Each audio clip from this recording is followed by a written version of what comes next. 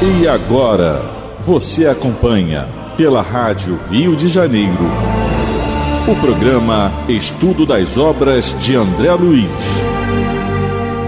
Vamos refletir sobre o livro Nosso Lar. Produção e apresentação, Tereza Cristina e Marco Antônio. Amigos ouvintes da Rádio Rio de Janeiro, é com muita alegria que retornamos aqui a fim de continuarmos o nosso estudo da obra Nosso Lar, psicografado pelo médium Francisco Cândido Xavier e ditado pelo espírito André Luiz. Olá, companheiros da Rádio Rio de Janeiro, Deus possa nos abençoar nessa tarefa em que nos reunimos para o estudo dessa obra que vai nos ajudar a compreender um dos maiores mistérios da vida, a morte, não é? Paulo disse que ele conseguiu vencer a morte como Jesus, mas, ao mesmo tempo, a gente sabe que a vida continua porque o próprio Cristo, depois da crucificação, apareceu 10 vezes, pelo menos, a todos aqueles que o seguiam. Nós, no último programa, nós conversamos sobre o espanto de André Luiz ao ver a natureza tão exuberante em nosso lar. E nas palavras dele, em nosso lar, tudo melhorada cópia da terra. Nós conversamos sobre as flores, sobre o estado da matéria aqui na terra. Já foi acrescentado, né? Acrescentado não, ele sempre existiu, na realidade ele foi descoberto. E nós comentávamos a questão da matéria do mundo espiritual ser de uma vibração bem diferente da nossa e por isso ela se apresenta de outra maneira. Nós estamos Tereza, antes de você começar, nós vamos falar dos animais hoje. Hoje vamos falar. Dos racionais e dos irracionais. Só para a gente acrescentar mais um pouco, você falou no início que é a doutrina que veio nos esclarecer, né, a questão do mistério da morte, né, que era um mistério e agora não é. Né? Por que veio esclarecer agora? É por causa do nosso nível de amadurecimento que nós já conseguimos entender, não é? Entender. E nisso se encaixa também a existência dessa vastidão, nessa vastidão de universo, de diversas sociedades, diversos mundos, como está aqui a colônia Nosso Lar. Né? No livro da dona Egorina Cunha, está muito bem relatado ali a colônia, tem até um mapa direitinho, quem puder adquirir, eu não sei se ainda vende, dona Egorina Cunha, né? Que vem a ser sobrinha de Eurípides, parece. Sobrinha de Eurípides Barçalufo, né? Isso. E aí nós pegamos também, porque às vezes a pessoa assim, mas como é que pode existir se eu não estou vendo, né? Onde é que está essa colônia? A colônia está situada aqui no estado do Rio, Espírito Santo, por aí. Mas como é que pode? Estado do Rio de Janeiro. E como é que pode isso se a gente não está vendo? Se ela está em cima, ela está embaixo? Não está em cima nem está embaixo. Assim como a Terra não existe o em cima e o embaixo. Existe um todo, um universo, não é? Mas eu não estou vendo, como é que pode, né? Há pouco tempo saiu a matéria dizendo que a NASA divulgou imagens nítidas, mais nítidas, porque já tinha divulgado, né? De Júpiter, né? A superfície de Júpiter está mais nítida agora. Filmagens, antes só tinha fotografia, mas agora mais bem de longe, agora tem mais filmagens de Júpiter. E se você olhar, você não vê nada, porque quando você chega perto da Terra, filmagens dos satélites que tem, a gente vê aqui a superfície da Terra, a gente já vê aqui perto alguma coisa, mas lá você não vê nada. Como em Marte, já chegou, pousou nave lá em Marte, não viu nada. Porque não tem nada? Não tem. Não está na nossa dimensão, na nossa capacidade de ver. Assim como os espíritos estão ao nosso lado e nós não vemos, quer dizer, a grande maioria de nós, né, não tem essa faculdade de ver, mas eles estão aqui, né? A multidão de testemunhas de Paulo de Tarso falava, né? Os nossos olhos não foram feitos para ver outro tipo de matéria. E os instrumentos que nós criamos para observar o nosso tipo de matéria. Nós mesmos, se a gente pegar um microscópio potente, botarmos na nossa pele, ela não vai ser isso que a gente está vendo com o nosso olho. o que a gente vai ver na realidade vão ser espaços cada vez maiores e dependendo da potência, né, desse microscópio, a gente vai ver muitas das vezes o nada, achar até que não tem nada, porque na realidade a nossa matéria é energia condensada. Então, mas tudo tem seu tempo e tem o tempo de Deus, não é? Vamos lá, nós estamos no parágrafo 3 do capítulo 7. Agora, como diz o Marco, vamos comentar sobre os animais no mundo espiritual. O André Luiz começa assim, o finalzinho do parágrafo 3 do capítulo 7. Aves de plumagens policromas cruzavam os ares e de quando em quando pousavam agrupadas nas torres muito alvas, a se erguerem retilíneas, lembrando lírios gigantescos rumos ao céu. Das janelas largas, observava curioso o movimento do parque. Extremamente surpreendido, identificava animais domésticos entre as árvores frondosas enfileiradas no fundo. Além das aves, Marco, ele via animais domesticados, não é? E aí, no mundo espiritual tem animal? E aí? Tem ou não tem? Allan Kardec coloca na Revista Espírita, não é, que existem sim animais no mundo espiritual e aqui, através da santa mediunidade de Franciscano de Xavier, nós sabemos que os animais também habitam o mundo espiritual, sob condições, não é, Marco? Aí que tem um detalhe, porque também no livro... Porque eles têm alma, eles têm espírito. Tem também, Tereza, no livro Entre a Terra e o Céu, também de André Luiz, na psicografia de Francisco Xavier, tem também lá no livro Entre a Terra e o Céu uma instituição, uma escola, que algumas crianças ficam lá estudando e sendo tratadas. Lar da Bênção. O Lar da Bênção, né? Isso. E aí lá tem também, relata a existência de animais lá, de pássaros, né? E tudo. E aí, mas sob condições. Aí o Marco vai colocar pra gente aqui as condições desses animais no mundo espiritual, porque e nós observamos cada vez mais, a gente comentou que os bebês, né, Marco, já nascem com os olhos abertos, a gente vê os animais, o comportamento já está começando a ficar muito diferenciado, até pelo contato conosco, que também estamos progredindo, porque a lei de Deus é uma lei de progresso, tudo melhora, tudo caminha para a perfeição e para a unidade.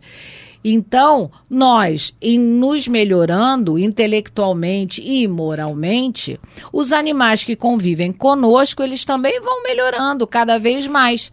E na Revista Espírita, a mesma comunicação de Victorien Sardou, ele fala de animais que ele viu em Júpiter, só que os animais lá usam roupas... Calma, vamos chegar lá. Vamos pegar do da Terra primeiro. Então. Mas antes de comentar essa condição, vamos ver aqui no Livro dos Médiuns, na pergunta, no item 283, em Kardec coloca a evocação dos animais. Não, mas antes disso, o princípio inteligente. Peraí, nós vamos falar. Você quer pegar a evocação primeiro? Não, mas aí ele vai falar aqui, peraí, só um pouquinho. Ele pergunta assim, pode-se evocar o espírito de um animal? Allan Kardec, se ele pergunta, é porque tem gente que queria evocar ou já estava incorporando, se bobear, porque senão ele não perguntava. Aí a resposta vem dos espíritos. Depois da morte do animal, o princípio inteligente que nele havia, princípio inteligente, se acha em estado latente e é logo utilizado por certos espíritos incumbidos disso, para animar novos seres, em os quais continua ele a obra de sua elaboração. Assim, no mundo dos espíritos, não há errantes espíritos de animais, porém unicamente espíritos humanos. Então, quando ele vai explicar depois, aí pergunta assim, como é que, tendo evocado animais, algumas pessoas obtiram obtido resposta? Aí o espírito responde, evoca um rochedo e ele responderá. Para quem quiser ouvir, evoca uma pedra, ela responde, não é? Então, não tem. Então, o espírito do animal, ele tem um princípio inteligente que vai evoluir e chegar à nossa condição um dia. De ter o pensamento contínuo. É o chamado pensamento contínuo, o raciocínio, não é? Ele não mas meu cachorrinho fica com saudade. Ele fica com saudade. a diferença é que ele está acostumado com você. Ele não vai ficar magoado, ele não vai ter sentimentos como a gente tem de relação.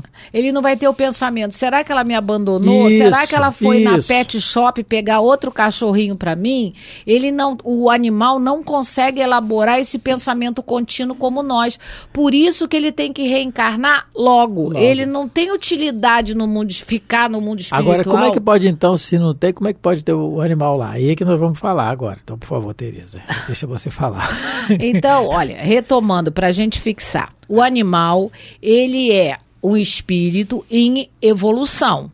E ele é considerado um princípio inteligente um pouco mais evoluído. Mas ele não tem um raciocínio como o nosso. Ele não fica preocupado em pagar aluguel. Ele não fica preocupado se vai ter dinheiro para pagar para o filhote para a faculdade. Plano de saúde, ele não está preocupado. Não tem esse tipo de preocupação. Então, quando ele morre, vamos dizer assim, a alma, vamos usar essa palavra, a alma dele, o espírito dele, entendendo que é diferente do ser humano, bem diferente. E quando ele vai para o mundo espiritual, ele não tem a necessidade de aprender a ser uma pessoa, um animal melhor. Ele não tem vícios morais, ele é apenas instinto. Então, no mundo espiritual, os animais, eles vão ser mantidos lá pela vontade dos espíritos superiores que habitam o lugar. Então, por que o André Luiz está vendo alguns animais domésticos? Porque as pessoas de nosso lar, elas, com pensamento muito mais elaborado, com a vontade muito mais firme, elas conseguem manter aquele animal ali ainda encarnado. Não sei como é o processo, porque o André Luiz também não vai explicar, não explicou ainda para nós, porque talvez nem tudo pode ser explicado a crianças. E perante o universo, nós somos crianças. Por isso que Jesus falou, deixai vir a mim as criancinhas. Ele não estava falando só das criancinhas infantis, dos corpos infantis que habitavam com ele ali naquela época. Somos toda a humanidade da Terra crianças. Nós somos, haja visto o nosso comportamento, que mata, né? E crianças bem animalizadas ainda. Então, os animais que estão em nosso lar e que estão em outros mundos, como eu até comecei a falar de Júpiter, que lá os animais, eles não falam, mas eles já compreendem muito bem a vontade daqueles que ajudam ele. A gente tem que encarar os animais como os nossos irmãos na criação divina. Eles são os nossos irmãos inferiores. E por isso, quem sabe, daqui a algum tempo, né, ou bastante tempo, vai depender de nós, vamos deixar de nos alimentar deles. Porque eles são nossos irmãos na criação divina. Não é? Então, aí Allan Kardec responde, os espíritos respondem a Allan Kardec na pergunta de número 597. Não, é assim a pergunta, 597 do Livro dos Espíritos. Kardec pergunta assim: pois que os animais possuem uma inteligência que lhes faculta certa liberdade de ação, cerceada, né? Como a Tereza explicou antes, haverá neles algum princípio independente da matéria? E que sobrevive ao corpo, que é esse princípio inteligente. Sim. Aí ele continua: será esse princípio uma alma semelhante à do homem? Não. É isso que a gente tem que ver. Por que, gente? É importante isso. Porque a gente não confundir as coisas. Não tratar o animal como se fosse uma criança. Porque não é. Porque, né, é como se você tratasse a criança como se fosse um animal. Tem não que é ter assim. cuidado. Tem que ter o cuidado com isso, o discernimento, o equilíbrio. E quem ama tanto os animais deveria parar de comer carne. Já que o trato que acha que é um ser humano... Se a gente for mais além... Então a gente tem que ter um bom senso. Se nós formos mais além desse raciocínio, eu amo os animais, primeiro. A maioria de nós não ama os animais. Ama o cachorrinho ou o gatinho. Porque teria que amar a barata. A irmãzinha barata. Aquela rato. Que voa principalmente, que ela é um animal. o irmão rato, Sim. que vai por aí afora. Cobra. Como Francisco, que foi lá e conversou com o irmão lobo, né? O lobo de Gúbio, tem lá a história. Mas ele irradiava amor, realmente. Aí o lobo se impregnou daquilo ali. Mas a gente né? pode começar a não se alimentar Isso, dos pobrezinhos. tudo bem. E aí tem outro ponto, outro raciocínio também que pode ir além, que nós temos, como a Teresa disse no início do programa de hoje.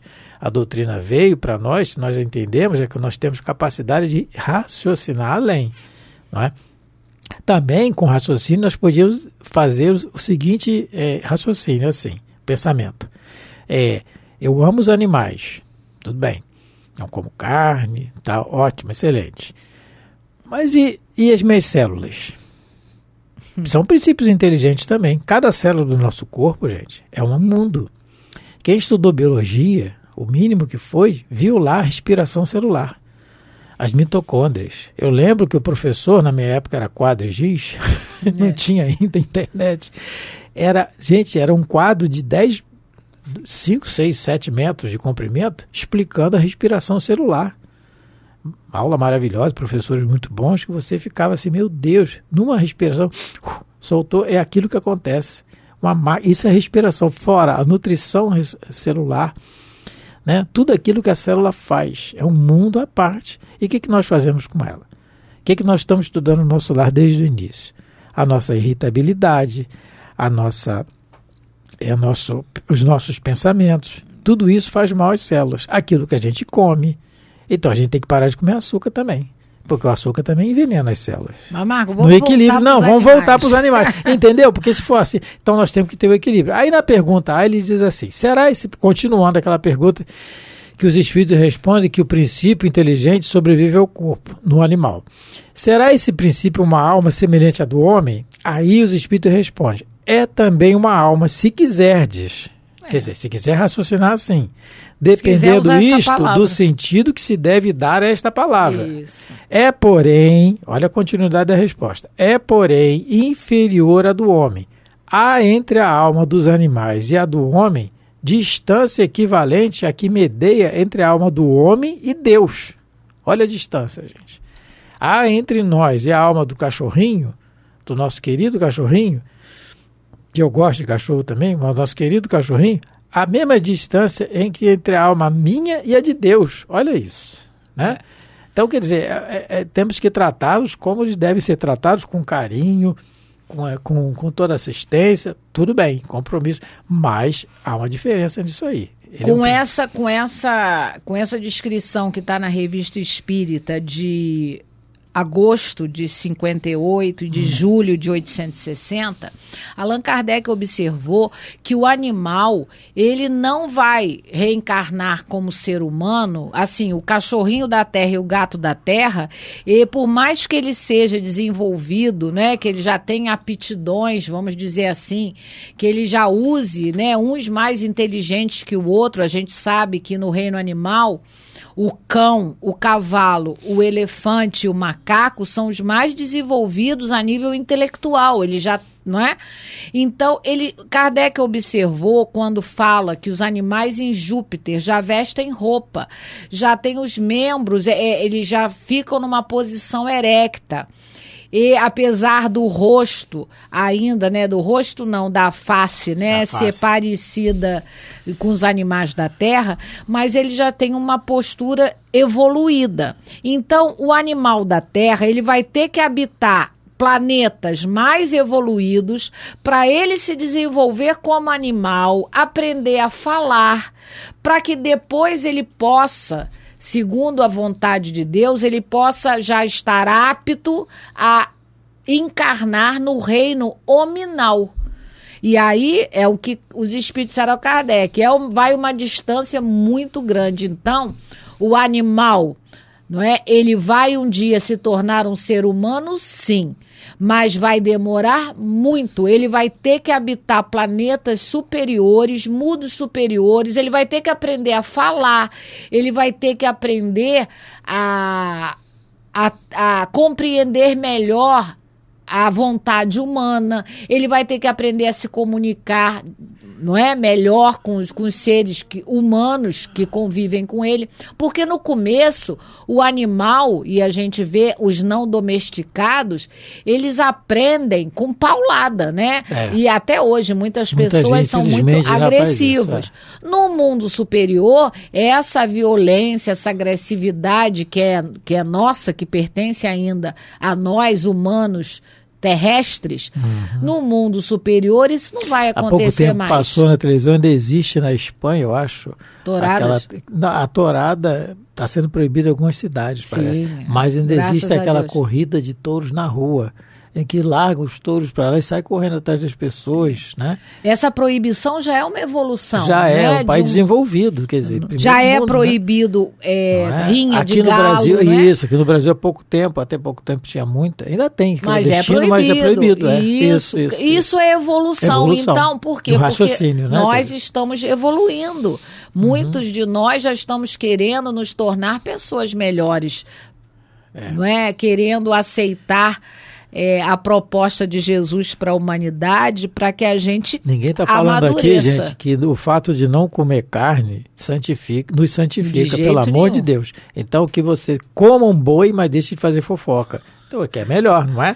Então, eu sou vegetariano, mas falar mal da vida de todo mundo, o que adianta? Nada. Então, não é assim que funciona. O ideal é que... Não, a gente comentou nessa questão daqueles que acham que dão tanta importância e tanto valor e tratam, às vezes, animais como seres humanos. Já que essas pessoas, né, querem tratar os seus animais, e nada mais justo. Cada um faz o que quer da sua vida. Aliás, tem uma campanha muito importante circulando aí na internet, campanha pela vida.